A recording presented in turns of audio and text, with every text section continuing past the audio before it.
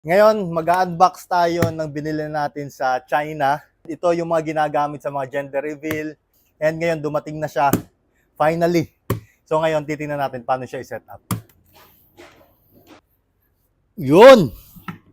Okay, ganda. Wow! So ito yung mga blaster niya, yung mga nozzle.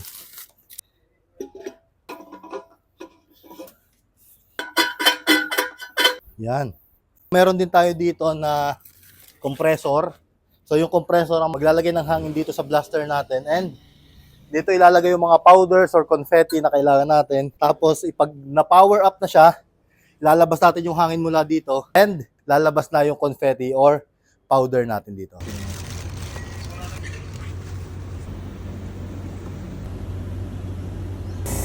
Sabi yung pagpuro na.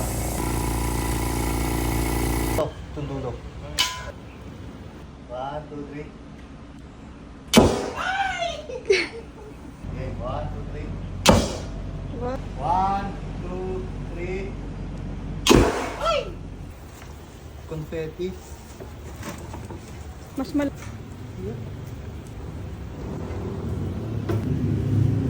So sa mga gusto magrenta nitong ating blaster, pwede po sa gender reveal, birthday, mga occasions nyo, pwede rin confetti yung ilagay natin dyan. So, message nyo lang kami if gusto nyo magrent.